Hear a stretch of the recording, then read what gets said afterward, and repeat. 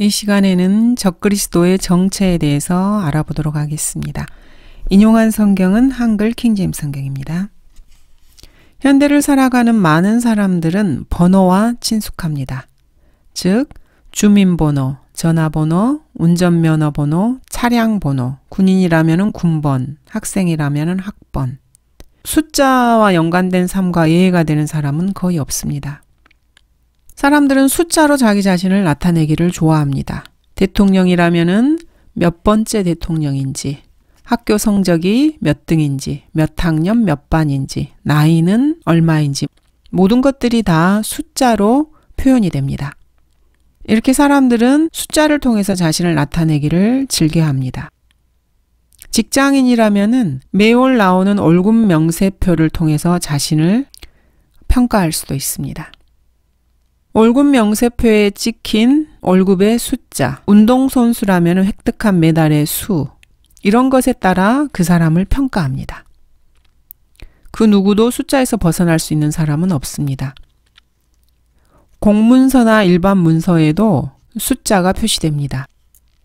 사람들이 사는 모든 물건에는 유효기간이 있습니다. 이 역시 숫자입니다. 신문이나 잡지에서 통계표를 가득 채운 숫자를 보고 놀라는 사람은 없을 것입니다. 우리는 이러한 숫자들을 다들 당연하게 생각합니다. 모두가 다 숫자에 익숙해져 있습니다. 숫자를 통해서 사람은 자신의 재산, 지위, 학력, 심지어 인격까지도 판단하는 척도로 내세웁니다. 그 사람 자체보다도 그 사람과 관련된 숫자를 더 중요하게 여기기도 합니다. 이러한 숫자에서 벗어날 수 있는 사람은 그 누구도 없습니다. 그럼에도 불구하고 킹제임스 성경에 있는 장, 절, 이런 것들의 수와 성경에 나온 숫자에 대해서는 별 관심을 보이지 않습니다. 참으로 놀라울 뿐입니다. 짐승의 표라는 주제에 있어서도 이 숫자는 아주 중요한 역할을 합니다. 성경을 펼쳐보면 그 어디에서나 우리는 이 짐승에 대한 숫자를 볼 수 있습니다. 계시록 13장에서는 지혜가 여기 있으니 지각 있는 자는 그 짐승의 숫자를 헤아려 보라. 그것은 한 사람의 숫자이니 그의 숫자는 666인이라고 기록하고 있습니다. 계시록 13장 18절에 기록된 말씀입니다. 이 말씀은 18절에 기록되어 있습니다. 18은 6 더하기 6 더하기 6, 6이 3개 모인 숫자입니다. 13일의 금요일을 기억하고 계시죠? 이 말씀이 기록된 장은 계시록 13장입니다. 그리고 6이 3개 합해진 18절에 기록되어 있습니다.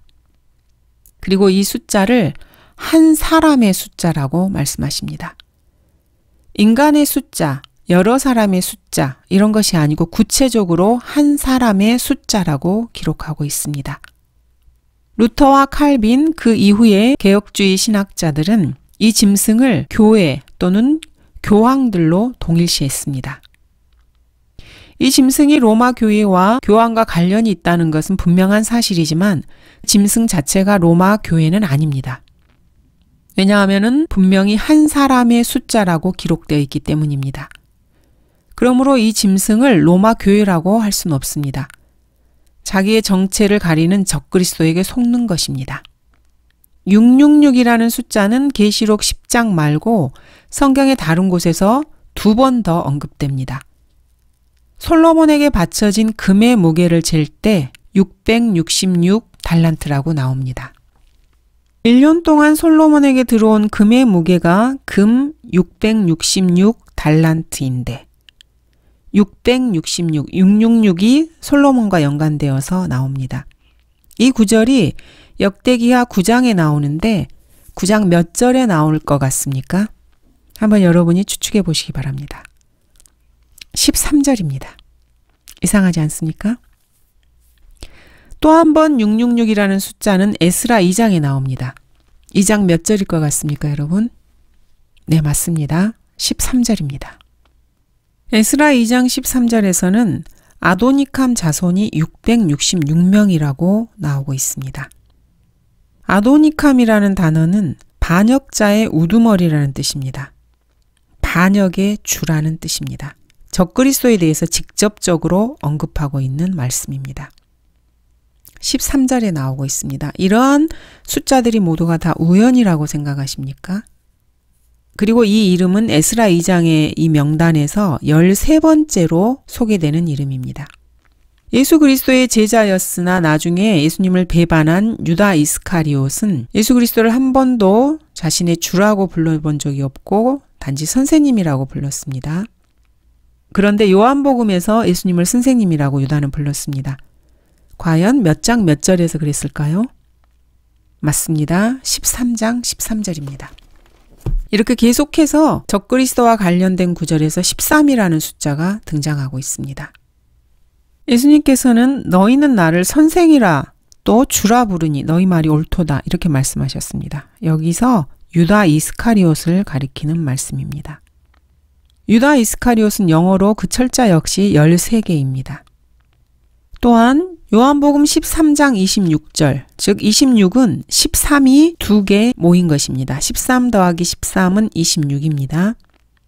이 26절에서 내가 빵 한 조각을 적셔서 주는 자가 그니라고 하시고 빵 한 조각을 적셔서 시몬의 아들 유다 이스카리옷에게 주시니라 이렇게 기록되어 있습니다.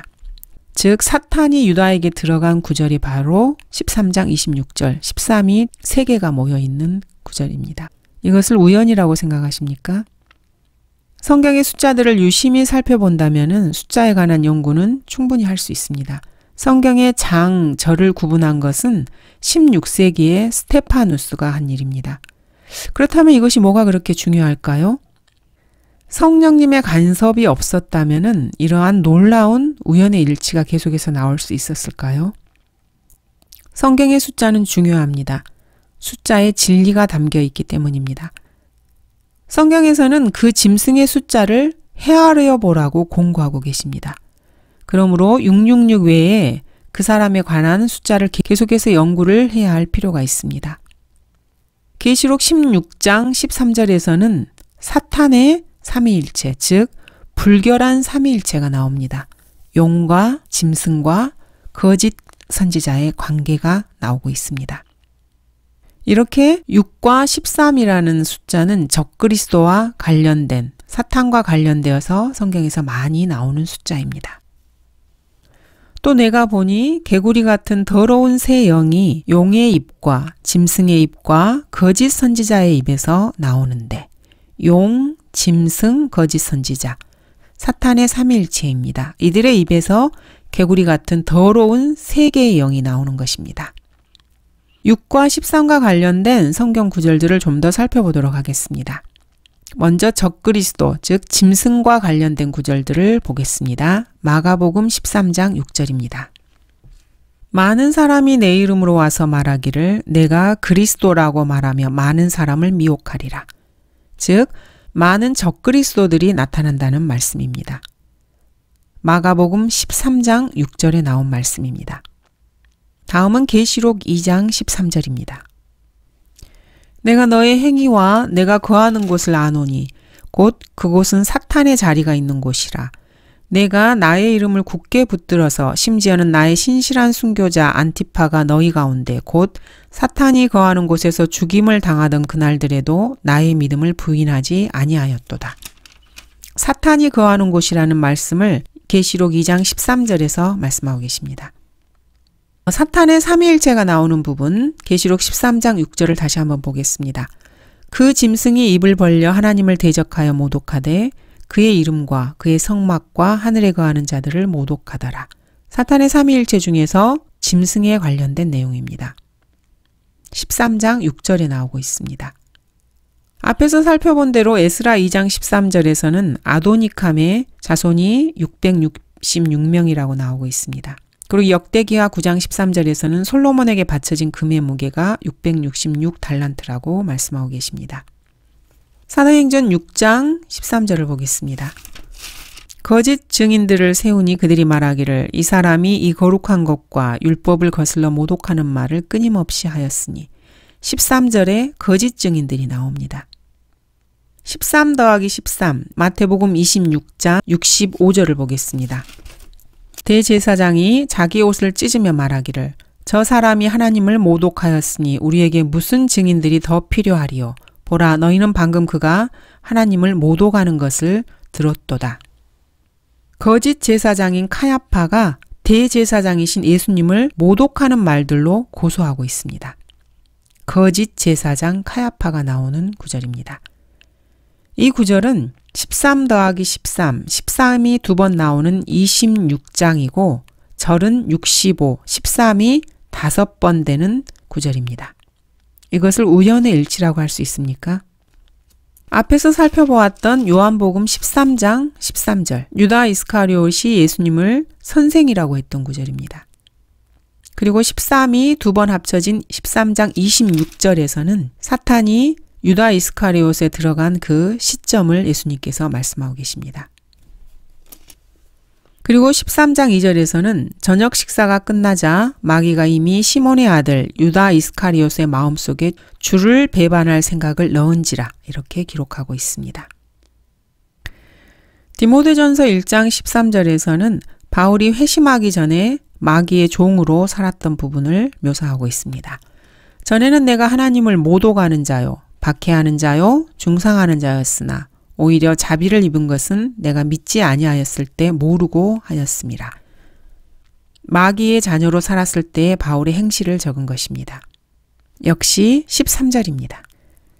열왕기하 18장 13절, 즉 6이 3번 합해진 18장 13절에서는 적그리스도의 모용 중 하나인 사네립에 대한 언급이 나옵니다. 히스기야 왕 제14년에 아시리아의 사네립 왕이 유다의 모든 방벽진 성읍들을 치러 올라와서 그것들을 취하였으니. 이렇게 첫 번째로 적그리스도, 즉 짐승에 관련된 구절들이 6과 13과 관련된 성경 구절들에서 언급된 부분을 살펴보았습니다. 다음은 용과 관련된 구절들을 보도록 하겠습니다. 역시 13, 6이라는 숫자와 관련된 구절에 나옵니다. 용과 관련된 구절 창세기 13장 13절부터 보도록 하겠습니다. 그러나 소돔인들은 사악하였고 주 앞에 극심한 죄인들이었더라. 첫 번째 언급의 법칙에 따라서 성경에서 죄인들이라는 말이 처음 등장하는 곳이 바로 이곳입니다. 성적 변태자들을 다루는 구절입니다. 다음은 욥기 26장 13이 2번 더해진 26장 13절입니다. 그는 그의 영으로 하늘들을 단장하셨고 그의 손이 꼬부라진 뱀을 지으셨도다. 이 뱀은 7머리를 한 뱀으로서 꼬부라진 뱀입니다. 욥기 41장에 나오는 니비아단을 말합니다. 즉 5번째 그룹입니다. 다음은 시편 74편 13절입니다. 주께서는 주의 능력으로 바다를 가르셨으며 물들 가운데 있는 용들의 머리들을 부수셨나이다. 13절에 용들이 나옵니다. 다음은 91장 13절입니다. 내가 사자와 독사를 밟으며 젊은 사자와 용도 발로 짓밟으리로다. 용이 나오고 있습니다. 91은 13을 7번 더한 숫자입니다. 다음은 71장 13절입니다. 내 혼을 대적하는 자들로 낭패와 멸망을 당하게 하시고 나를 해치려는 자들이 비방과 치욕으로 덮이게 하소서. 대적하는 자들이 나오고 있습니다. 역시 마귀와 관련된 구절입니다. 다음은 느헤미야 2장 13절입니다. 내가 밤에 골짜기 문으로 곧 용 우물 앞에서 나가 똥문으로 가면서 예루살렘 성벽을 보니 허물어져 내렸고 그 성문들은 불에 탔더라. 느헤미야가 용 우물 앞에 나간 이야기입니다. 다음은 이사야 14장 13절입니다. 이는 내가, 여기서 내가는 5번째 그룹 사탄입니다. 사탄이 어떻게 타락했는지를 묘사하는 구절이 13절입니다. 내 마음속에 말하기를 내가 하늘에 올라가서 내가 내 보좌를 하나님의 별들보다 높일 것이요 내가 또한 북편에 있는 회중의 산 위에 앉으리라. 사탄이 타락했을 때 한 말입니다. 다음은 마태복음 6장 13절입니다. 우리를 시험에 들게 하지 마시옵고 악에서 구하여 주시옵소서. 대환란 때 악에서 구해달라는 악과 관련된 이야기가 나옵니다. 다음은 누가복음 4장 13절입니다. 마귀가 모든 시험을 마친 후 잠시 동안 주를 떠나가더라. 13절에 마귀가 나옵니다. 다음은 요한일서 2장 13절입니다. 여기에는 악한 자가 나옵니다. 악한 자는 당연히 적그리스도입니다. 내가 너희에게 쓰는 것은 너희가 악한 자를 이겼기 때문이며 이렇게 말씀하고 있습니다. 이것들은 전부 다 용과 관련된 구절입니다. 세 번째로는 거짓 선지자와 관련된 구절들을 찾아보도록 하겠습니다. 에스겔 13장 6절입니다. 그들은 허망한 것과 거짓된 점괘를 보고 말하기를 주께서 말씀하셨다 하였으나 주께서는 그들을 보내지 아니하였으며 그들은 다른 사람들로 그 말을 확고하게 하기를 바라게 하였도다. 거짓 점괘를 내는 거짓 선지자와 관련된 내용입니다. 다음은 누가복음 6장 26절입니다. 모든 사람이 너희를 칭찬할 때 너희에게 화 있으리라. 이는 그들의 조상도 거짓 선지자들에게 그렇게 하였기 때문이라. 거짓 선지자가 나옵니다. 다음은 사도행전 13장 6절입니다. 그 후에 그 섬을 가로질러 파포까지 가서 한 유대인 거짓 선지자인 요술사를 만났는데 그의 이름은 바에수더라. 사도행전 13장 6절에 거짓 선지자인 요술사가 나옵니다. 그리고 앞에서 읽었던 계시록 16장 13절에는 사탄의 삼위일체인 세 영, 용과 짐승과 선지자가 나옵니다. 다음은 사탄을 따르는 추종자들과 관련된 구절들을 보도록 하겠습니다. 첫 번째는 신명기 13장 13절입니다. 벨리알의 자식들인 어떤 사람들이 너희 가운데서 나가 그들의 성읍의 거민들을 끌어내어 말하기를 우리가 가서 너희가 알지 못하는 다른 신들을 섬기자 한다 하거든. 여기서는 벨리알의 자식들, 즉 사탄의 자식들과 다른 신들에 대한 이야기가 나옵니다. 다음은 재판강기 20장 13절입니다. 벨리알의 자식들이 나옵니다. 그러므로 이제 기브아에 있는 벨리알의 자식들인 그 사람들을 우리에게 넘겨주어 우리가 그들을 죽여 이스라엘에서 악을 제하게 하라. 다음은 느헤미야 6장 6절로 느헤미야가 성벽을 건축하는 것을 방해하는 무리들의 말입니다. 이방 가운데 알려졌고 가스무도 말하는 바는 너와 유대인들이 모반을 생각한다는 것인데 내가 성벽을 건축하는 까닭은 그 말대로 내가 그들의 왕이 되려는 것이라. 산발랏이 느헤미야에게 보낸 편지의 내용입니다. 다음은 골로새서 1장 13절입니다. 그분께서 우리를 흑암의 권세로부터 구하여 내셔서 그분의 사랑하는 아들의 나라로 옮겨주셨으니 흑암의 권세가 언급되고 있습니다. 디모데전서 1장 13절을 보겠습니다. 전에는 내가 하나님을 못 오가는 자요 박해하는 자요 중상하는 자였으나 오히려 자비를 입은 것은 내가 믿지 아니하였을 때 모르고 행하였습니다. 바울이 마귀의 자녀였을 때 행한 행실을 기록한 구절입니다. 디모데후서 3장 13절을 보겠습니다. 악한 사람들과 사기꾼들은 더욱 악해져서 속이기도 하고 속기도 하리라. 다음은 여호수아 6장 26절입니다.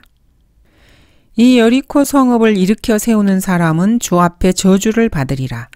그가 그 기초를 놓을 때는 그의 첫째 아들을, 그가 그 문들을 세울 때는 그의 막내 아들을 이르리라.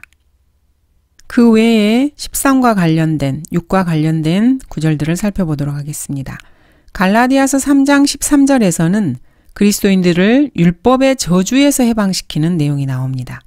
그리고 구약의 마지막 책인 말라키는 저주라는 말로 끝납니다. 말라키는 구약에서 39번째 책입니다. 다음은 신명기 27장 13절, 이곳에도 저주라는 말이 나옵니다. 또 이들은 저주하기 위하여 에발산에 설지니. 저주가 나오는 구절입니다. 에레미야 26장 6절입니다. 26은 13이 두 번 더해진 숫자입니다. 그때는 내가 이 집을 실로같이 만들며 이 성읍은 땅의 모든 민족들에게 저주가 되게 하리라. 저주가 나오고 있는 구절입니다. 다음은 열왕기하 22장 13절입니다. 이는 우리 조상들이 이 책의 말씀들에 경청하지 아니하였고 우리에 관하여 기록된 모든 것을 따라 행하지 아니하였으므로 우리에게 발하신 주의 진노가 크심이라. 구약의 마지막 구절인 말라키 4장 6절입니다. 그가 아비들의 마음을 자식들에게로, 자식들의 마음을 그들의 아비들에게로 돌이켜 내가 와서 땅을 저주로 치지 않게 하리라. 저주로 끝나고 있는 구절입니다.